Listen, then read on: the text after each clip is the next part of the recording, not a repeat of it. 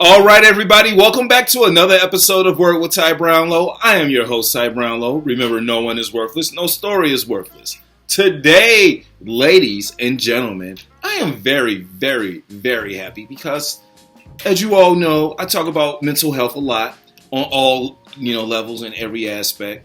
But today, we're going to take it a little bit, we're going to take it a little bit deeper. We're talking about the spiritual realm, okay? And we're not going to go all the way in, but we're going to give you a taste. My guest joining me today, all the way from South Florida, okay? Please put your hands together for Dr. Nancy Wiley. Thank you, Ty. So happy to be here. We're going to have some fun. I just know it. We are about to have a lot of fun. And as I said before, we're dealing with mental health, but we're taking it a little bit deeper. We're talking about things on the spiritual level. And one of the main questions we're asking today is living without suffering achievable?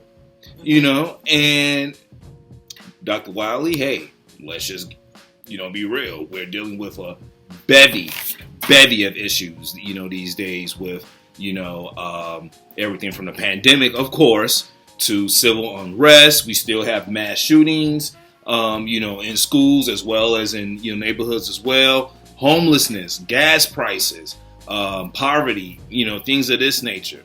So basically, is living without suffering really achievable?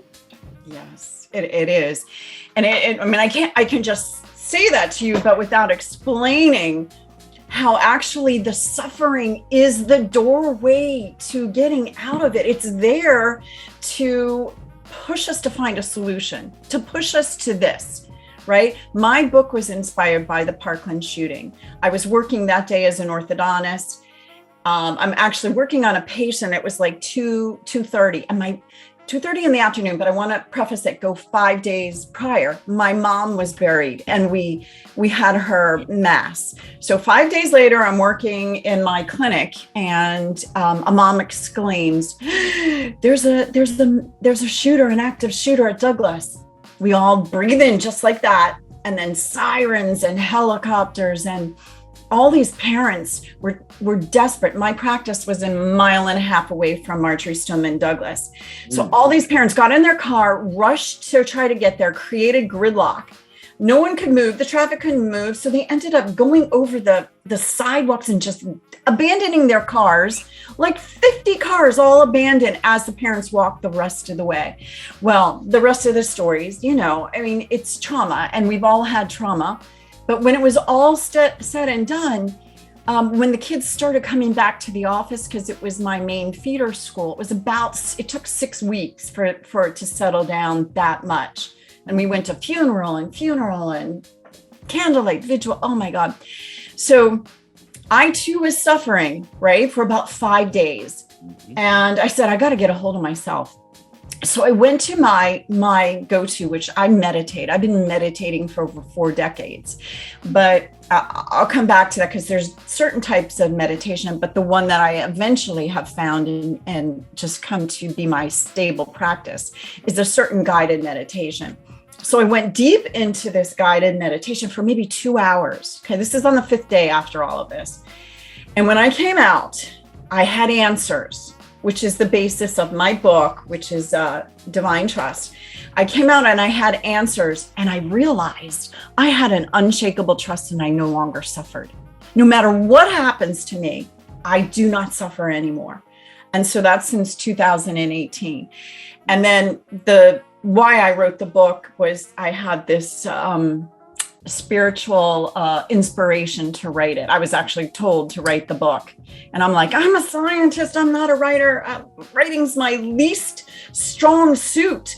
And I had to, when the divine tells you to do something, you really don't have, it takes a lot of balls to argue with it, right? When it tells you on the 4th time, it's like, I'm going to do it then. I better be quiet and just do it.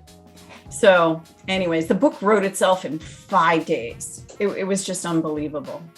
Okay. Well, look, 5 days, but as you said, everything was pouring out, like this was your calling, you know. This was, as you said, the divine coming to you, telling you, hey, you know, come on, Dr. Nancy, come on, hey, look, we have this to share, and your practice being a, you know, place of a safe haven, almost, as to speak, you know, during the, you know, tragic Parkland shootings, you know, in 2018. I think, you know, that's key, you know, for you coming into your own. But let's talk about the book. You know, we've already, you know, shown it before, but let's talk about it. The name of the book is called Divine Trust.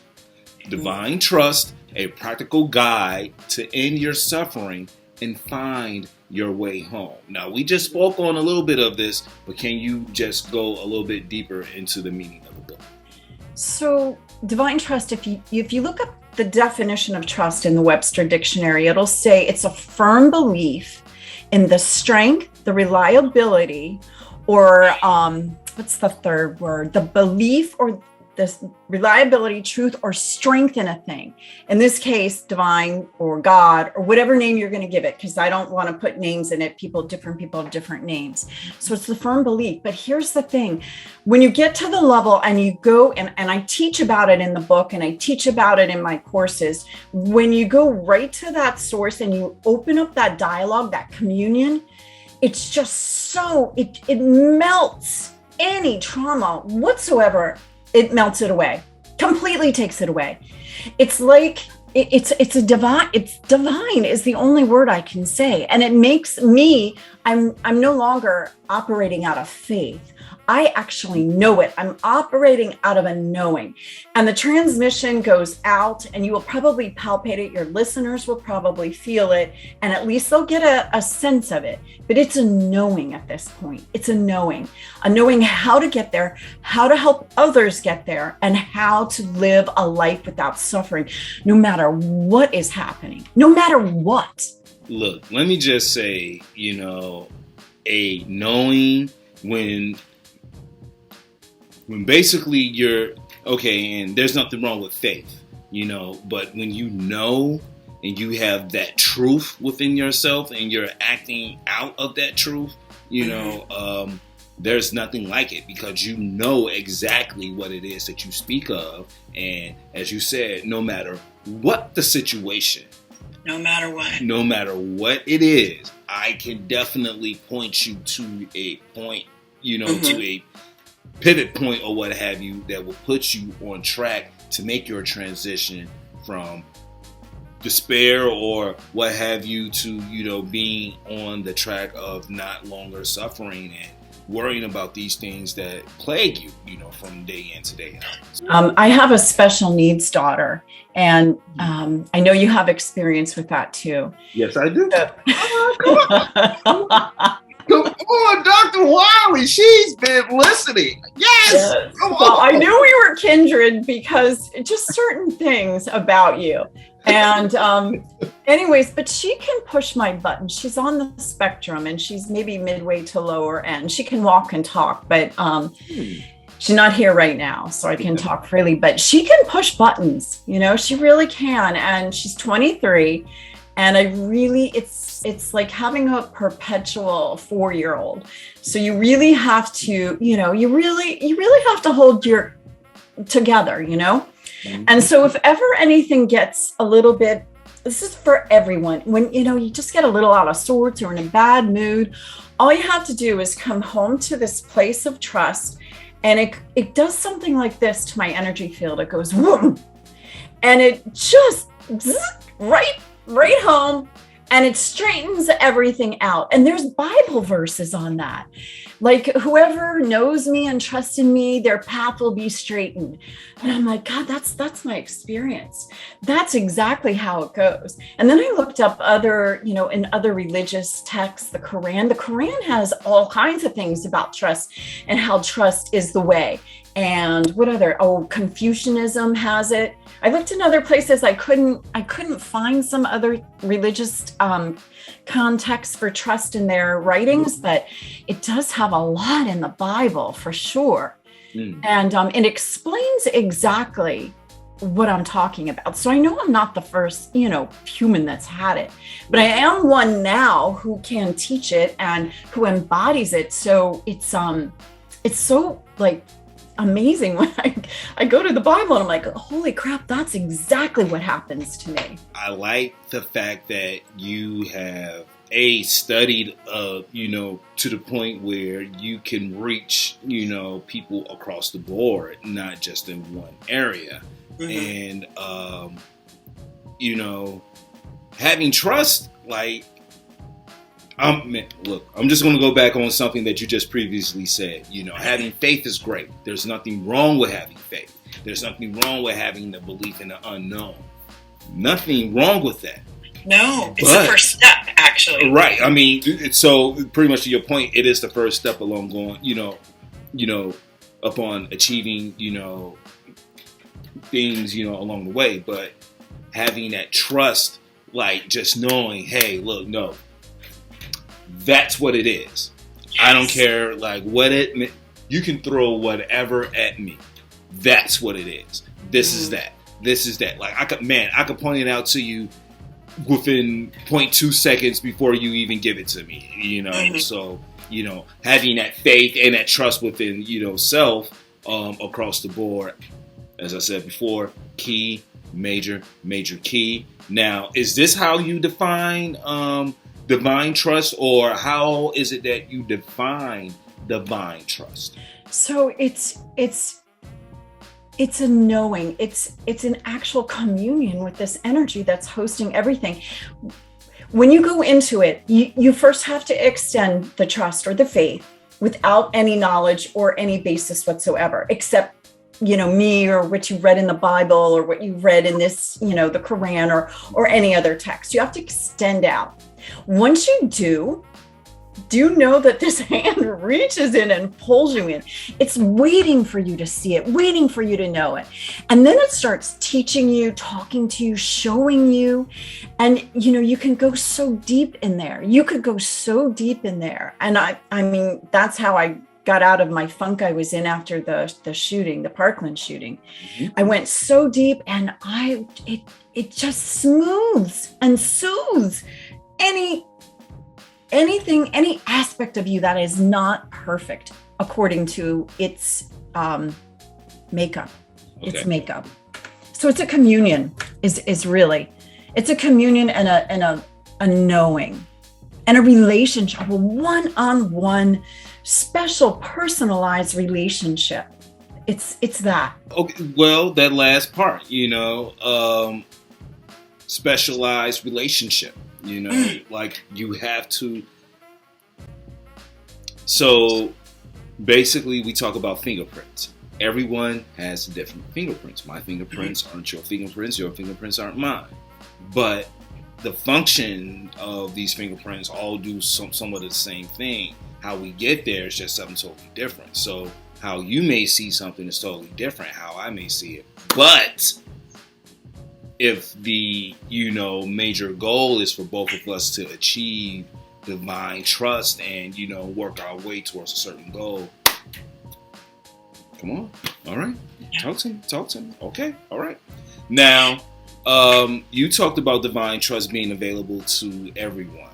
Now, achieving this at any time, like, how do we really, focus on that? Because, true, it can be available at all times, but you know what, Dr. Wiley? There's going to be certain times, things happen, and I may need to take it to another level, and I may not have, that calm or what have you. But, how can we achieve this at any given time that a situation may arise? First, you have to have an open mind and a willing. You have to decide, I'm going to leave my pain and suffering behind. Lots of people don't want that. They say they want that, but they really don't. They're not ready. They want to fester. They want to stay. They want to keep going to that. So first, you have to have an open mind, and you have to be willing to try something new. And then you have to allow it in. Those are the two prerequisites. You have to open your heart too. So that's the third prerequisite. You have to open your heart. I do believe the actual second step is you have to have a conceptual knowledge of what I'm talking about. I believe most humans are trained to use their mind and function from their mind. So they're not really using their consciousness, they're using their mind. And they're two different faculties, right? And we're trained to use the mind first. And we're trained out of using our consciousness when we're little, and then we're trained to use our mind.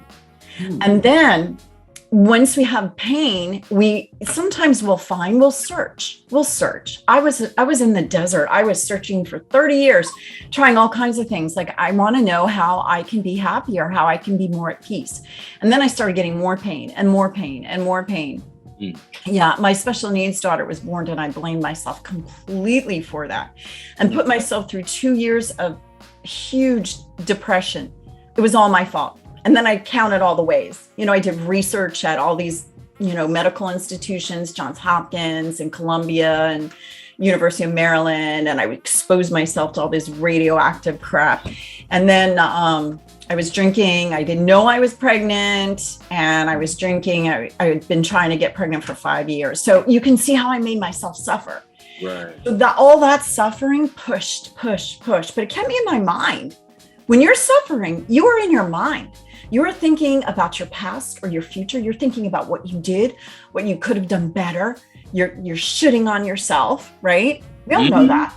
And then somewhere along the line, it started to be a little more consciousness was coming through. And then finally the consciousness took over, and then finally I merged it. And it's still a play, but I believe I've gotten the overall merging of my mind is the servant to my consciousness for the most part. I'm not saying I'm perfect. I am definitely not. That's when I use that trust to take me there. But for your listeners, you can get there. You just have to have an open heart, learn a little bit about what I'm talking, about, and the mental constraints, and then practice it. Do it. Try it on. And certain teachers, I cannot tell you otherwise, but certain teachers can take you there faster. And I am not the only teacher. I am not the only one. My teacher taught me. So my teacher is Jetta Molly. She is so fantastic. She's not I can't get to her that often, but I've spent 13 years studying with her. Yeah.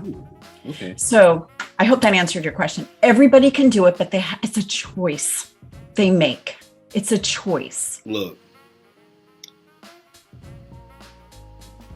comfort is a cage, and as you said, like for some of us, we have these. You're right. We have these scenarios. Dr. Nancy, I can tell you at least 10 people right now with these scenarios, just like you can rattle off dozens of people as well. But they love to stay in these certain traps or these certain comfort cages where, okay, if I have all this other toxic stuff going on around me or what have you, I have something of importance to talk about to others because I don't want to, delve into like what I really truly want because sometimes that can scare people. Sometimes that can really truly scare people. If we're really talking about it on a spiritual level, on a spiritual plane, if we really take a look inside ourselves and really face that, demon or what have you that plagues us, some of us are strong, like yourself, to come to grips and be like, hey, you know what? I need to deal with this head on. So I'm going to start these steps to dealing with certain stuff, head on. And eventually, as you said, you're not perfect, but hey, I started this process, and acceptance is huge, key, foundational. What you just said, acceptance is foundational. If you don't accept it, you're never going to go anywhere. Absolutely, that you are right on. A lot of us are ego-driven. This is an ego-driven society. And when you're talking about acceptance, you're talking about people accepting the fact that, hey, I may have failed. I may not be the person that I think I am or I really truly want to be in this society, on certain levels. So I'm not going to, come to grips with certain things. I'm just going to go on and live in a certain lifestyle. And that's not good, especially, because that festers into other parts of your life, and that festers into other relationships. And that's just not good in the long run. Can I tell you about the people that are living in comfort?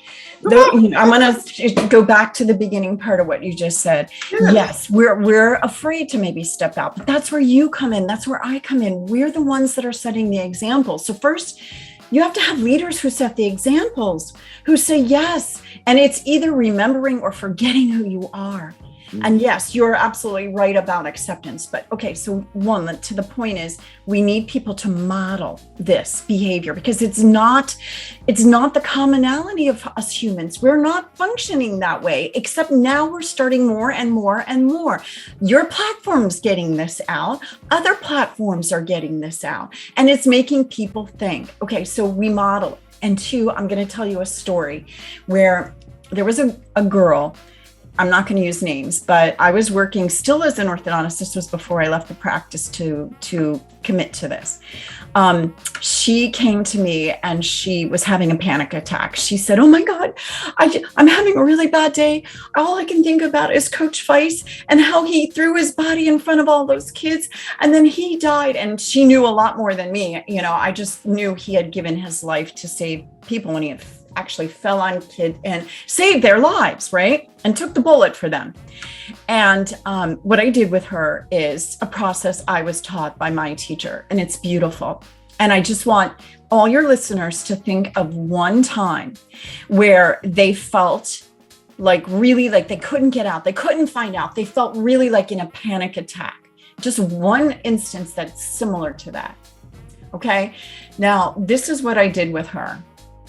If you try with me, it will be great, because I'm going to close my eyes a little bit. Okay. Do you have an instance in your mind? Okay. I need you to give me. Okay. An instance where you had an anxiety provoking situation. It could be financial. It could be a relationship fight. It could be a time where, like, my brother sometimes would beat me up when I was little. He was 8 years older than me, and something like that. Just pick one thing, okay? I have and now, okay, and hopefully your listeners have one too. Okay, so this is going to work. It's going to be really profound. So we're going to close our eyes and we're going to breathe into that part of us. Now, without having an active panic attack, we're not going to be in the full place that she was. So I said to her, "Do you have a place inside of you where you feel that?" She said, "Yes, I can feel it, like it's in my heart, it's in my stomach, I feel it." And I said, "Can you put a color to it?" She said, "Well, it's dark." And I said, "Is it kind of like a cloud?" And she said, "Yes." And so I could see inside of her. I could go in there with her. She said, I asked her, "Does it have a texture?" And she said, "It's kind of like a dark, like murky, like mud." And I said, "Okay, just stay there. Let's just look at it. Let's just breathe into it. We're not going to hide from this. We're not going to run away from this. We're going to plant 2 feet in the ground, and together we're going to look at this. Now breathe into it." I said, "How's it feeling?" She goes, it's lightning. And I said, "Can you see it?" She said, "Yeah, but it's not as dark." I said, "Okay, let's stay with it." Together, we just kept breathing into it. Mm-hmm. And maybe 30 seconds to 60 seconds later, I asked her, okay, do you see it anymore?" She said, "No, I don't see it." I said, "What happened?" She said, "It turned into light and it just vanished." Mm-hmm. And then we breathed. I said, "Now breathe out.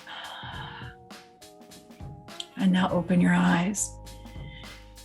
And when she came out of it, it was a completely different person. Yes. Well, look, just doing the exercise with you, I can tell you it's key, as you just said, breathing in. Not having a panic attack. And It's bringing your consciousness. Okay, remember mind and consciousness? It's bringing your consciousness, the light of your consciousness into it. Now, I had my light with her, and I just had my light, which has been brightened by my teacher. She lit my light, and now you're lighting everybody's light who's listening and watching. And that's how it goes. And it goes out and heals. Well, I believe that's a great, wonderful exercise, as well, because as you're talking about, we're talking about a school shooting. All right. And if you've been watching the news as of lately, especially at the beginning of the school year, I'm going to say we opened with school shootings in Virginia or somewhere on the East Coast or what have you. And even though there may not have been as much in the news as of lately, still things are going on or what have you. But I want to talk a little bit about, and you have touched on it, a little bit, but how divine trust helped your community heal, after, the Stone and Douglas high school shootings in Parkland. So can you talk a little bit about that, please? Yes. Well, that's one instance. I mean, I had to work with one-on-one, but the reason I had back issues, and I didn't find out until right when my mom died. So right before the shooting, right?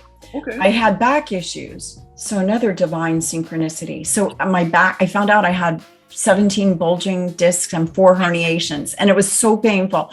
And I'm like, I don't know why. Divine trust. I'm trusting that there's a reason for it. So it kind of pushed me out. And then 4 days after my last day is when I got the inspiration to write this book.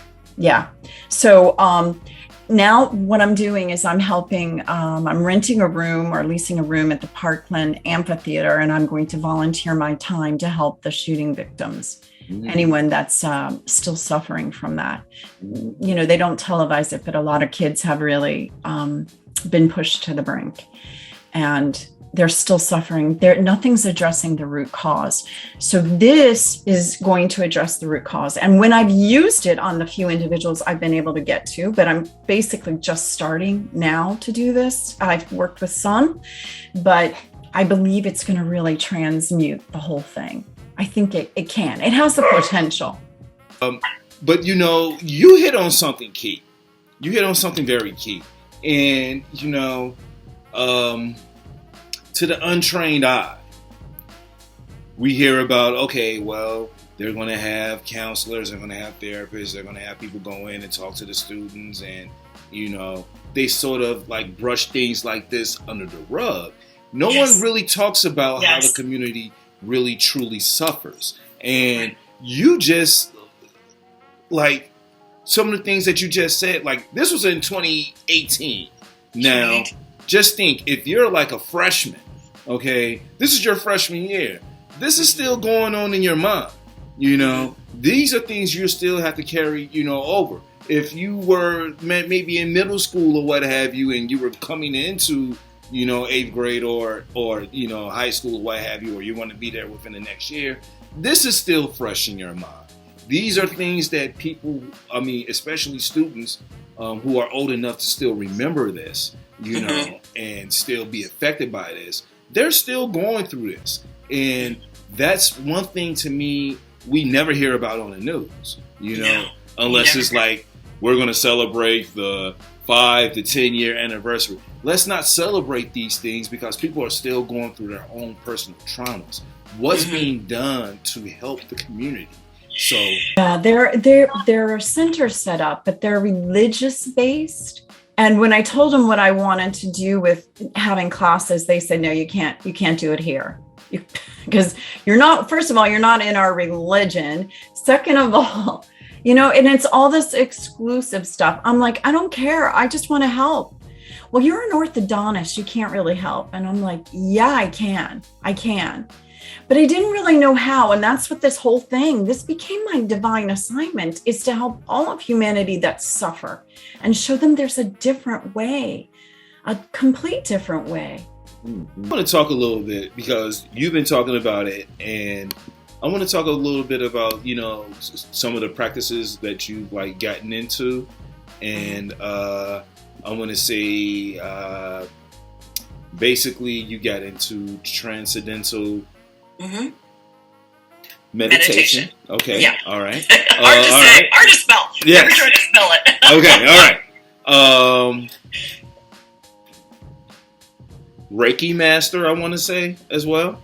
That's true. Yes. Okay. All right. Now I've had people talk about the energies and things of that nature on my show before. Anytime I think of energies, I always talk about the story of Jimi Hendrix. And a lot of people don't know, but Jimi Hendrix was really into like studying energies and reading people's auras. And his thing was, if you had a bright aura, he would love to be around you.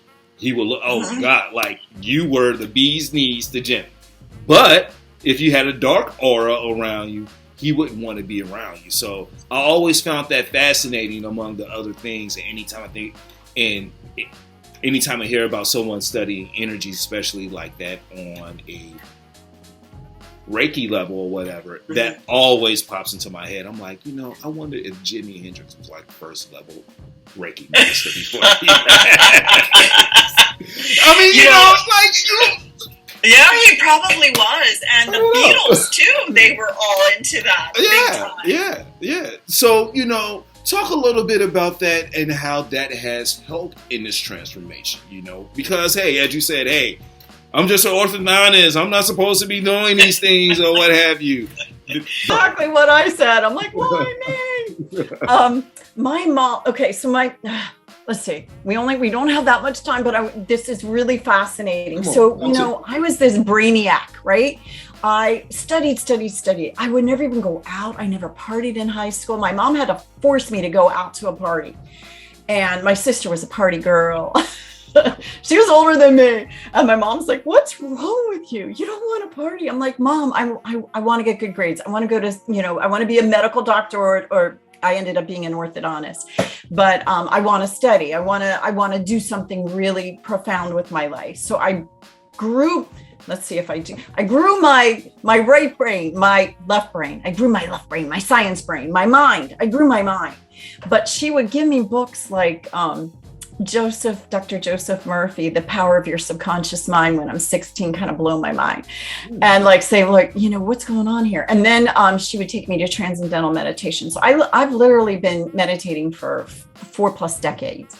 So it does thin the veil, but I had no idea. She just said, you're too intense. You need to relax. And that's all I thought I was doing was relaxing. I thought during final exams, like the 2 weeks of intense, like books this big, you had to study them and then take a test on them for 2 weeks in a row. The medical and the dental go together at Columbia. So it's so hard. Anyways, I'd meditate. I'm like, okay, at least, it's like 20 minutes of meditation is like 4 hours sleep or 6 hours sleep. So that's how I got through. So I thought I was just calming myself down and de-stressing. Dang. And then in 1990, I was starting my first year of orthodontic program at Columbia University. All those 3 degrees are from Columbia. Okay. And she said to me, I have breast cancer. And I'm going to, and she waited to the very last minute. I'm going to go have a radical mastectomy and then chemotherapy. So I decided I was going to come home with her. Her surgery was on a Monday. I was going to come home. This is a wild story. I was going to come home with her on a Friday. And she goes, come with me to this Catholic mass in the mountains of Maryland. And it was just all glass. It was a small chapel, all glass, except the doorway you came in. And it was all facing sunset. And she took me at sunset. I'll never forget. The sun was setting. It was this bright red. The priest was in front. You couldn't even see him because the sun was so bright. At the end, he goes, I'll be available for anyone who wants a laying on of the hands. So she goes, I want to go. Let's go. So come stand in line with me. So we stood in line. There were like 3 people in front of her. When it came her time, the priest asked her, what's your malady? And so she told him, I have stage 3 breast cancer and, I'm going to have surgery on Monday. So he took her head in his hands like this for about, I don't know. I mean, it just seemed like an infinite amount of time, but it was probably like 10 minutes. And she said his hands were getting so hot. And then when he took his hands away, he said, you're healed. So Monday we go for surgery. It's my dad and me waiting in the, the room where the surgeon comes and talks to you. And he comes out in the middle of it and he goes, I don't know how to tell you this, but we did a histological exam of the breast tissue where the tumor was, because it was the size of a grapefruit. Wow. We can't find anything. We don't find any abnormality at all. But they had already moved the breast meanwhile. And he said, we did find positive lymph nodes, which were removed. And she lived another 20 some years and ultimately did not die of bowel or metastases or anything. She died of Alzheimer's. So when she did recover, I said, Mom, do you realize, I think that guy did something like what Jesus did? I don't know. We started researching. Okay. And this is so weird. The synchronicities. I'm at Columbia University. Who do you know is there? Dr. Oz. What's he doing? He's doing Reiki at the exact same time as this, right when this is going on. He's doing Reiki on patients who have cardiac surgery. I don't know exactly what the category is. 50% got Reiki, 50% did not. And he found that the people that got Reiki healed at like 75% faster than the ones who did not. So I said, Mom, what do you think? So we went and we became Reiki masters together. Yeah. So Reiki basically it harnesses your energy field to channel the gods or the universal energy out. So you're a vehicle. You just channel it to people or things or the planet or political parties or whatever you want. You can put it right there.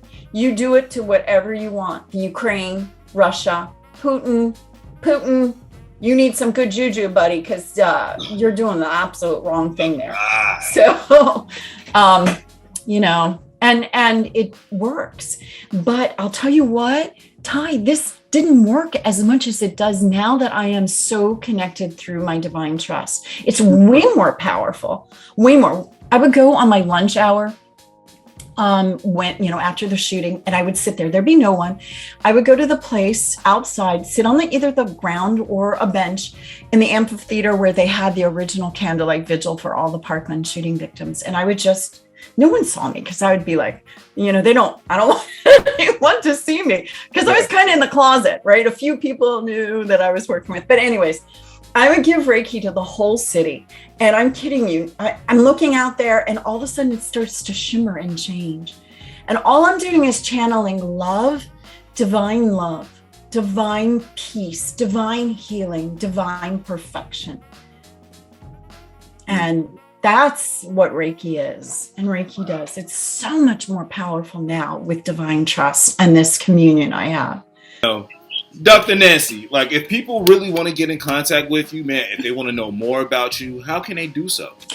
First of all, I want to say if they go buy the book, I really wish they would buy the book on Monday because I'm trying to go to number 1. But there's 5 free gifts they can get. Meditations with me, meditations with a good friend of mine, Dr. Sue Mortar, a Happy for No Reason workbook by Marcy Shimoff, and then a masterclass with me where I literally am giving them, 3 sessions with me. It's going to be in a group session where we divide the book and go deep dive into it. And the next one, I started it on Tuesday, but the next one starts June 7th and it's free for people who buy it, but it's only a limited time. That's going to be the last one. So tell your readers and our listeners. And if they want to work with me one-on-one, go to trustthedivine.com. That is my main site. All right. And that's where they can find the book as well? They can do it both places. One will lead to the other. Mm-hmm. Okay. All right. There it is. Now, we've come to the question that my show's known for. I know you've been waiting on it. I know you're going to hit me with that great answer, so I'm going to present it now. Dr. Nancy Wiley, what is the one word that best describes you and why? I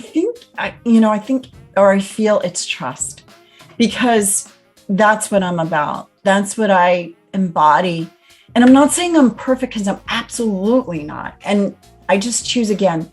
I choose again in the next minute. When I feel like I'm complaining or I'm shaming anybody or judging, I choose again because I do it. I'm human. We're all human. And just love yourself through that. But yeah, it's trust.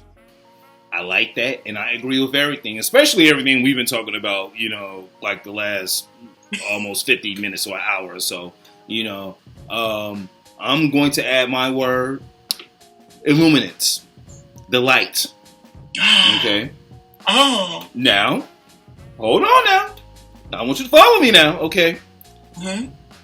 Basically, you have to have it starts off as a flicker, and we're talking about the faith and, faith leading to trust, okay? Well, I have to establish the faith first. So as I go along, okay, all right, I have these flickers here and there, all right.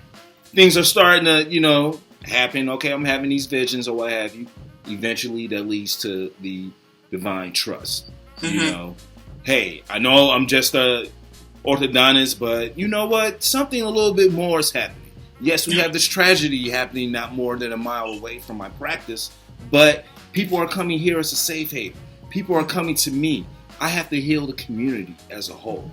Mm-hmm. Oh, okay, so, man, these flickers, hey, you know what? We have a small little flame here. You know what? If I look real close, I see that flame is up. You know what? That flame is growing. You know what? Hey, you know what? Who brought that flame in here? You know what I'm saying? So now what because, there are steps. There are steps to this, and as you said, trust, building that trust, just having people just speak on a tragedy, even though it's been, years later, you still don't get that trauma out of your mind. That trauma goes nowhere. That is still there. That is still trapped in that presence of time, And for some of us, we take these things throughout life with us, in some shape, form, or, fashion or aspect or what have you, and we deal with it different ways. But the fact that I'm with healing the community, not only those that, it happened to, but everyone else that's like pretty much, involved in this. We are a community. And if we are to be strong, start here. Okay. So there you are. That's my word. All right. I'm getting off my soapbox now. All right. All right, Dr. Nancy. I'm off my soapbox. But no, I think, anytime I get a chance to have a talk like this on like the